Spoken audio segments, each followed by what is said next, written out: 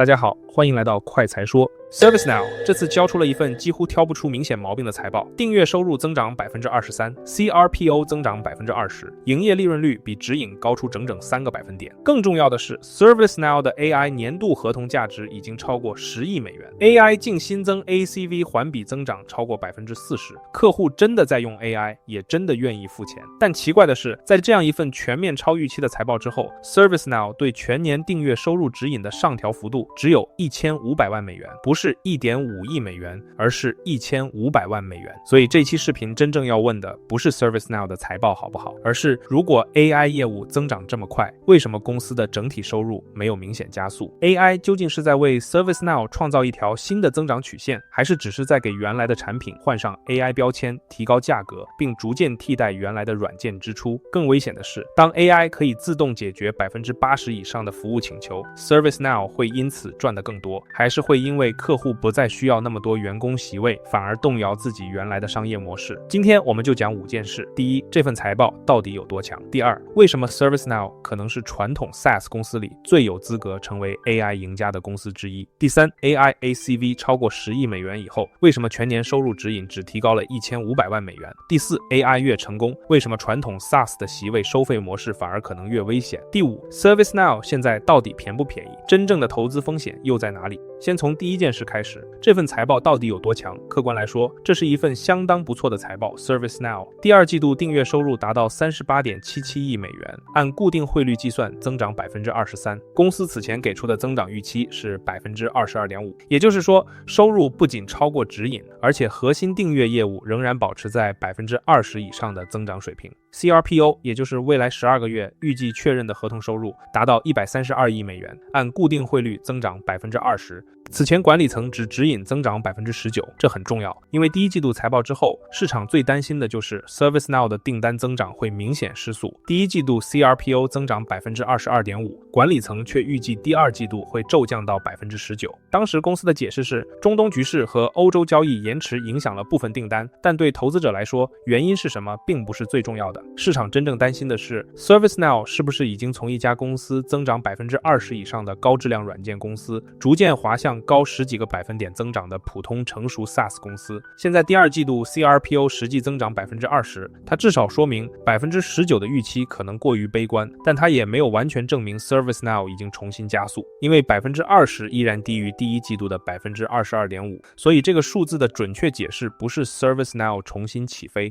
而是它没有市场原来担心的那么差。利润率表现则明显更强，公司此前预计第二季度非 GAAP 营业利润率为 26.5%， 实际结果是 29.5%， 高出整整3个百分点。这说明 ServiceNow 在并购整合、销售投入以及 AI 基础设施支出不断上升的情况下，仍然表现出了相当不错的成本控制能力。更重要的是，公司的续约率从此前的 97% 进一步提高到 98%。 管理层也表示，没有看到销售周期明显延长，合同期限反而有所增加，所以至少从现有客户关系来看， ServiceNow 的基本盘非常稳固。企业并没有因为生成式 AI 的出现就开始大规模放弃 ServiceNow， 恰恰相反，美国联邦政府、网络安全以及大型企业工作流的需求仍然非常强。这就进入第二个问题，为什么 ServiceNow可能是传统 SaaS 公司里最有资格成为 AI 赢家的公司之一？过去1年，市场对传统 SaaS 公司最大的担忧是，如果企业可以直接使用大模型生成代码、分析数据、自动处理任务，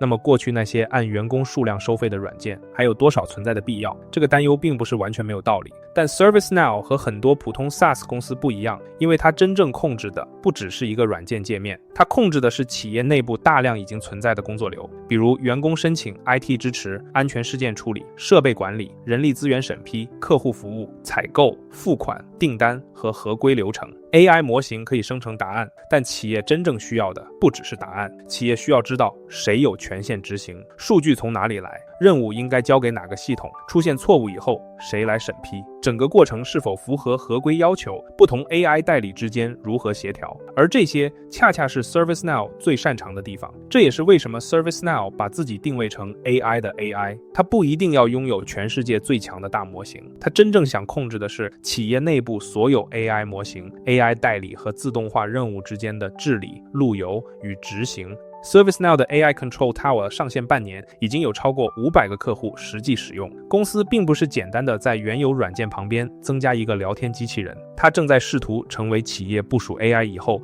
最重要的管理层。更关键的是 ，ServiceNow 已经开始证明客户愿意为这些产品付出更高的价格。管理层表示 ，Pro Plus 产品的价格提升仍然超过30%，新的 AI 原生产品也可以带来大约20%到30%的价格提升。AI ACV 已经超过10亿美元 ，AI 净新增 ACV 环比增长超过40%，首次购买 Agentic AI 产品的客户交易量同比增长超过45%。这些数据至少证明了一件事 ：ServiceNow 的 AI 并不是免费赠送的附加功能，客户真的在签合同，而且愿意为 AI 支付明显更高的价格。但问题也正是从这里开始，如果 AI 业务表现这么强，为什么 ServiceNow 只把全年订阅收入指引提高了1500万美元 ？ServiceNow 此前预计今年全年订阅收入中值大约为157.55亿美元，这一次公司把指引提高到157.70亿美元，也就是说只提高了1500万美元。这和第二季度漂亮的财报形成了非常明显的反差。当然，管理层给出了一个解释，第二季度的一部分超预期来自强劲的美国联邦政府需求，其中一部分本地部署收入原本可能会在第三季度确认，现在提前到了第二季度，所以这里面有一部分只是时间上的转移，不是新增需求突然爆发，而是本来属于第三季度的收入提前进入了第二季度。这也解释了为什么第二季度数据很强，管理层却没有大幅提高全年指引。但是这仍然没有完全回答最关键的问题 ，AI ACV 已经超过10亿美元，公司还表示有望超过今年底15亿美元 AI ACV 的目标。如果 AI 真的创造了大量全新的增量收入，那么为什么公司整体收入增长率没有明显提高？这里至少存在4种可能。第一 ，AI 合同价值增长很快，但合同转化成会计收入需要更长时间。ACV 代表年度合同价值，它不等于所有收入会立刻在当季确认，所以今天签下的 AI 合同可能需要未来几个季度才会逐渐进入收入，这是最乐观的解释。第二 ，AI 收入正在替代客户原本会购买的其他 ServiceNow 产品。客户过去可能购买普通 IT 服务管理产品，现在升级成 Pro Plus 或者 AI 产品，合同价格确实提高了 ，AI ACV 也增加了，但这不代表所有 AI 收入都是新增的，其中一部分可能只是把原来的收入重新分类成 AI 收入。第三 ，ServiceNow 通过 AI 提高了单价，但客户未来需要购买的员工席位可能减少 ，AI 带来的价格提升可能被席位数量下降部分抵消。第四，公司整体增长中还包含并购贡献 ，Armis、Moveworks、Visa 等收购会增加收入和 CRPO。如果剔除并购以后，有机增长已经降到高10几个百分点，那么整体20%左右的增长质量就没有表面看起来那么强。目前我们还无法准确判断这4个因素各自贡献了多少，但我们至少不能把 AI ACV 增长直接等同于公司整体收入加速，这也是这份财报最大的矛盾。ServiceNow 已经证明了 AI 可以卖钱，但它还没有完全证明 AI 可以让整个 ServiceNow 重新加速。接下来进入第4个问题 ，AI 越成功，为什么 ServiceNow 原来的商业模式反而可能越危险？管理层提到，已经有40多个客户使用新的 AI 服务台产品，接近80%到85%的服务请求可以在没有人工参与的情况下自动解决。从产品角度看，这非常强，但对传统 SaaS 来说却存在一个残酷的悖论：过去企业员工越多，需要购买的软件席位也越多，但 AI 真正要做的是用更少的人完成更多工作。一家企业过去可能需要100名 IT 支持人员 ，AI 自动化以后也许只需要20到30人，那么客户还需要购买原来那么多 ServiceNow 席位吗？这也是为什么 ServiceNow 开始强调混合定价，它必须从按照员工人数收费，逐渐转向按照 AI 使用量、自动化能力和工作流价值收费。客户愿意为 AI 产品接受20%到30%的价格提升，是一个积极信号。但问题是，这些提价能不能长期抵消席位数量下降？而且 AI 还带来了另一个压力。传统软件增加一个用户，边际成本很低，但 AI 每一次模型调用和推理都可能产生真实的计算成本。ServiceNow 也承认 AI 采用加速和更多客户使用云计算合作伙伴，正在压低订阅毛利率。所以未来真正重要的不只是 AI ACV 增长多少，而是 AI 带来的提价能不能同时覆盖席位减少和计算成本上升。如果收入增长了，毛利率却持续下降，那么 AI 带来的可能只是更多收入，而不是更高质量的利润。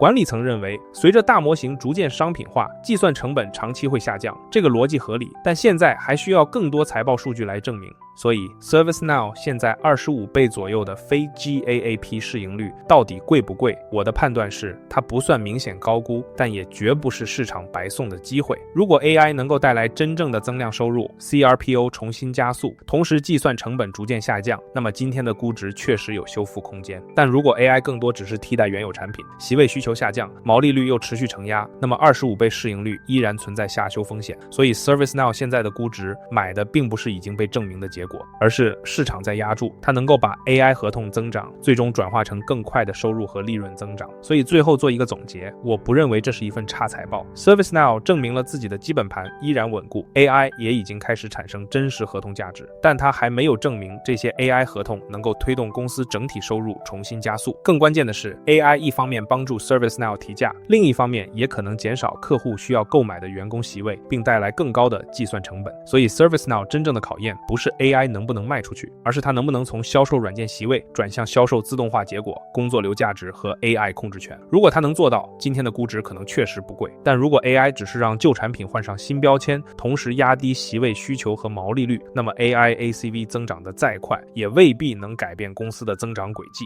这也是为什么这份财报最值得关注的不是 AI ACV 突破10亿美元，而是全年订阅收入指引只提高了1500万美元。AI 已经开始赚钱，但它能不能让 ServiceNow 赚得更多、更快、更持久，仍然需要时间证明。理财不孤单，快财说陪你走，记得点赞和订阅，谢谢大家的观看。